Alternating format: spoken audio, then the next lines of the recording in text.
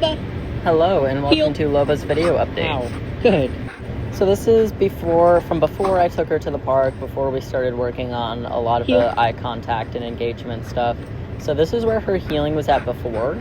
She knows her position pretty well. She hangs out there well. She's off leash. We're in the yard. She understands where she should be. But when she checks in, she's kind of checking in more with my hand, and she's really not that engaged. She's where she's supposed to be, but her mind isn't really all there. And her way of like checking in to get rewarded is nudging into my hand where she expects there to be food. But she's really not paying me all too much mind. And this is part of the reason I wanted to switch her food, because while she's kind of taking it, she's definitely not working for it. She's definitely not training to get a reward. She's more so healing because she knows she has to, and then she's kind of accepting that reward, but she's not, she's not motivated by it. Sit.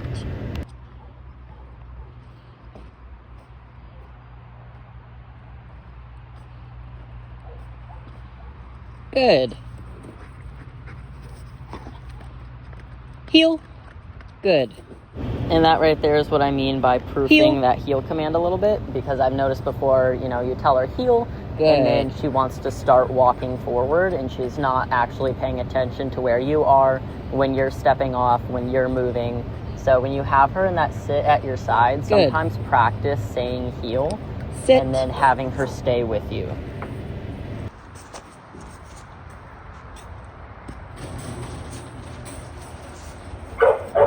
Here she gets super excited just because of the garage door opening, and then you'll see her offer it down. The first time I fix her with food, the second time I tell her no. No. Heel. I'm pretty sure I correct her on the e-collar, and then I take a little step back with my left foot to help bring her back up. Sometimes the dogs have a hard time going from the down to the heel because we work on the down stay so much, and when you're in a down, staying there. So it can help if you remind her heel and then take a step back with that left foot, so she's kind of seeing that flip into heel picture. That'll get her back up. Good. Sit.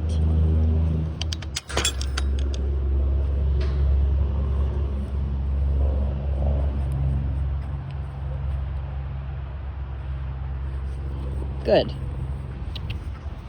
Free.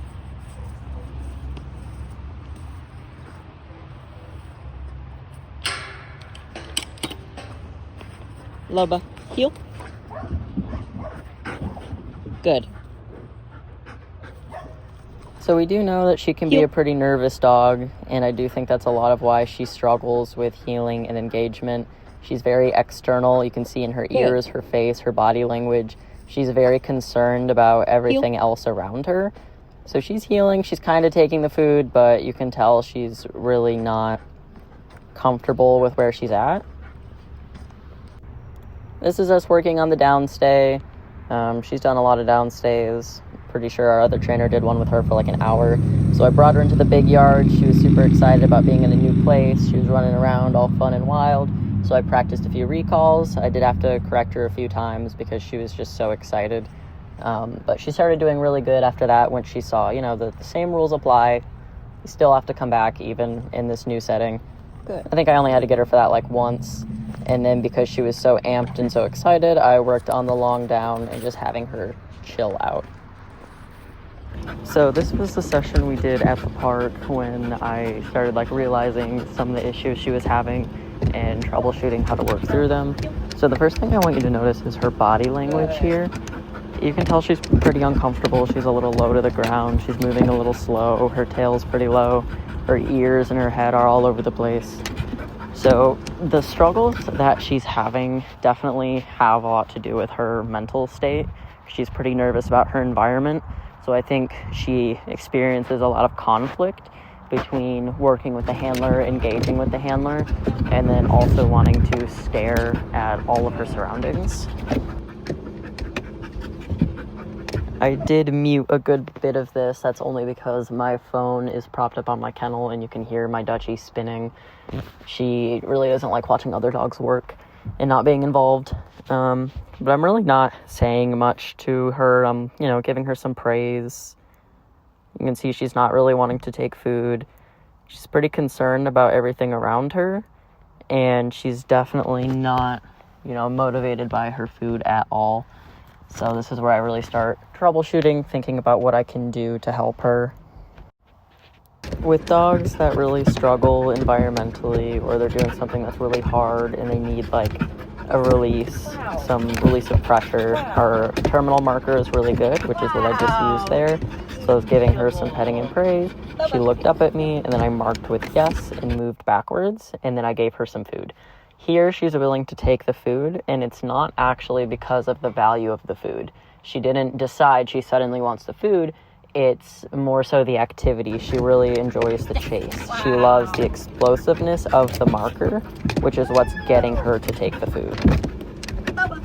This is where I started the concept of only rewarding for eye contact. She definitely struggles with it a lot. She's really keeping her head on a swivel about everything here. I'm not talking to her. I'm not begging her for her attention. I want this to be her choice to look up at me, and then see that looking up at me is great. Here she really struggles, so I just end up taking a step forward to reset her a little bit, get her moving again, and then she'll look up at me soon.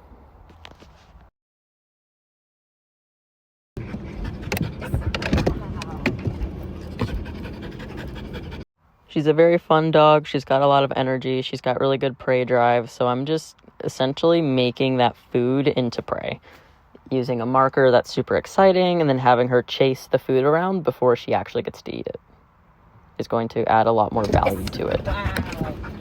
This is something I would practice with her too. Here, I'm not even having her heel. I'm not even having her in position. I'm just simply rewarding her for deciding to check in with me.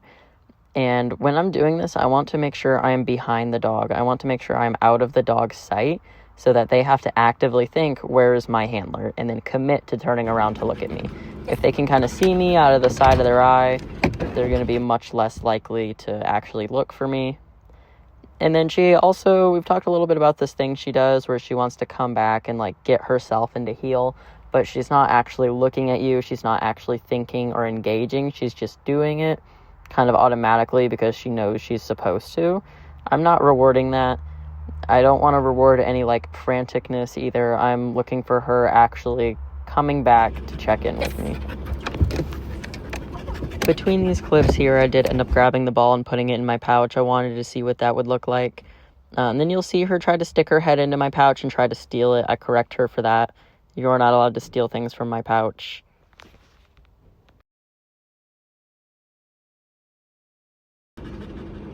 Loba, heel.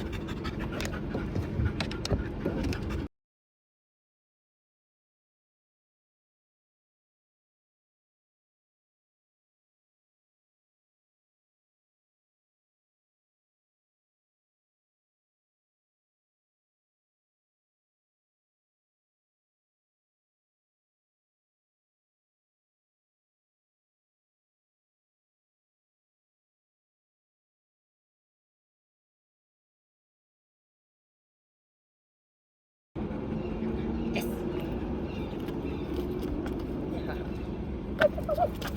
Wow.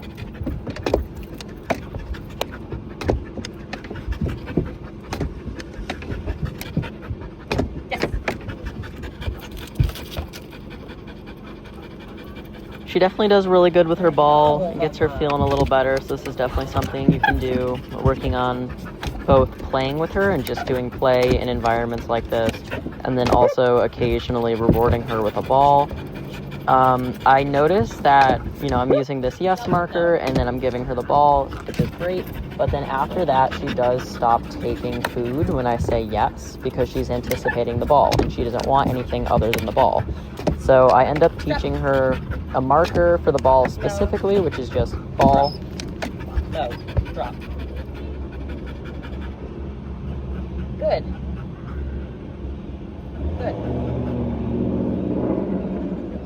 This is with her old kibble, so this doesn't surprise me that she's not willing to take it at all, with there being such a huge difference in value between the two. She's going, oh, maybe if I don't take that, I'll get something else. So I'm just doing some more healing with her, making her move around a little bit more.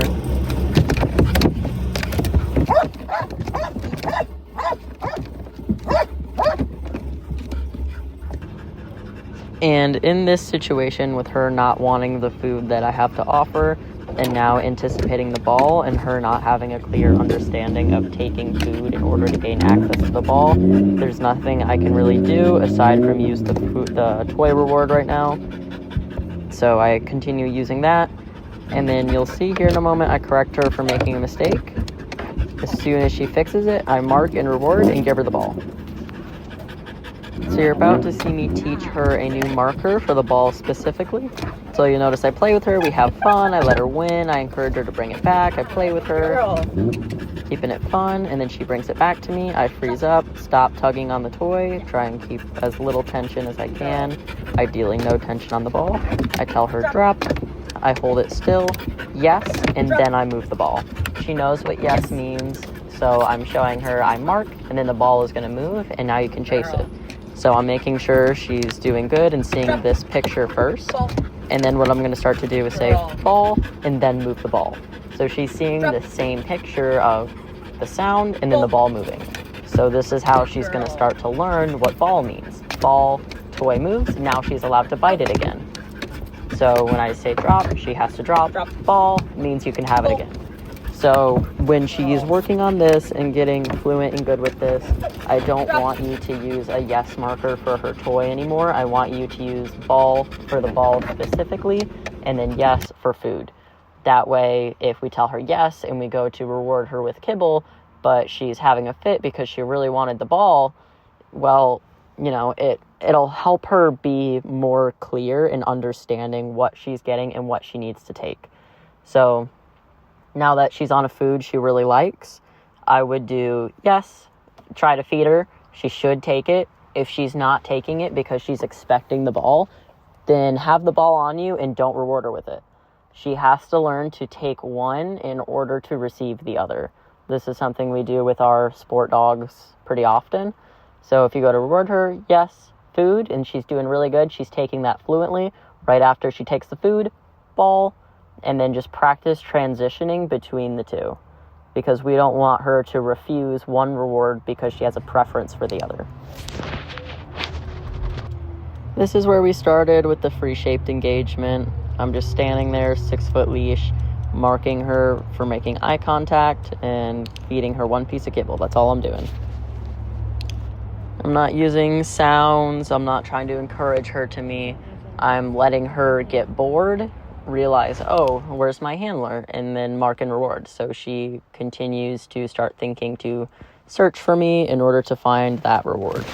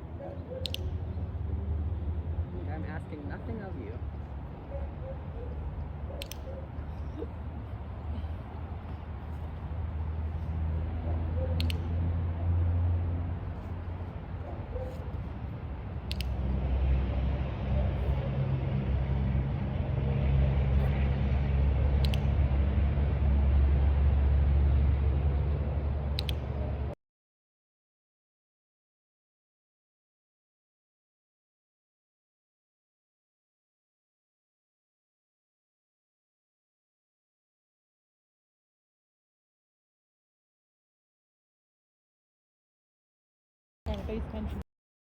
Here, she starts offering me a heal because she knows it. She's well versed in it. I have rewards that she wants.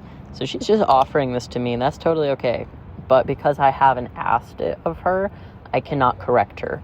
But what I can do is make changes to help her maintain a good heal. So if she comes too far forward one way, I'm going to turn. So I can turn into her, I can turn outwards from her, I can take a step back with my left foot to reset her. I can do a bunch of different things with my body to encourage her to move. That way I can still reward her in a good position and prevent her from rehearsing anything that I don't like.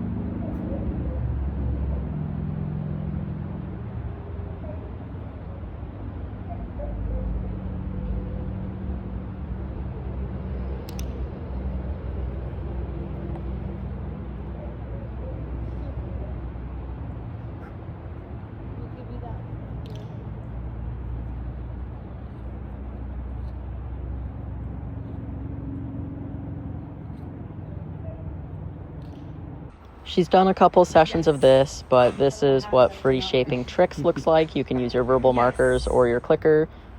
So we're just standing here, 6-foot leash, letting her figure it out, and then rewarding her for active thinking. And what I'm really trying to do here is get her to commit to a task and thinking about how to work through it rather than needing constant guidance. She does struggle with this. You can see she gets lost here, and that's where we end the session. But doing little things like that, limiting her options, her ways to check out. This is one of the last healing sessions we did towards the end of the week. So here I am telling her to heal, and I'm starting to show her a lot of those really sharp left turns. Because like I had mentioned to you, I think because her brain is a little scattered and she gets really excited and she kind of half pays attention, I think it's really hard for her to understand when we correct her for being a little bit too far forward, being a little bit off in position because she's not fully there, if that makes sense. So instead, I'm just making sharp turns into her, having her have to consciously think about my body relative to her body so that I can turn and not slam into her. So she does pretty well with understanding this. You can see she stays back more. She gets a little bit calmer, a little bit less frantic. I was pretty happy with this session. She's much calmer in her healing than she typically is. She's looking up at me. She's making a lot of good choices.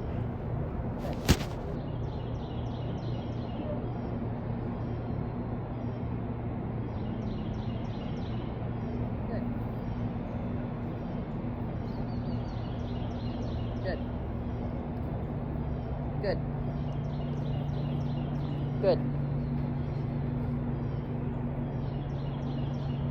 And I believe she does it in a few clips throughout this video. I'm sure you know what I'm talking about. Sometimes she looks up at you, but she's being really frantic. She's looking up at you, she's looking to the side, she's looking down, she's spinning, her body's kind of wobbling. She's all over the place. Good. I'm not paying her for that because I don't think that's engagement. I think that's just her quickly looking up at me. I'm looking for her, looking with intent. I want her to look at me with purpose, like she's actually checking in and not just throwing her head around.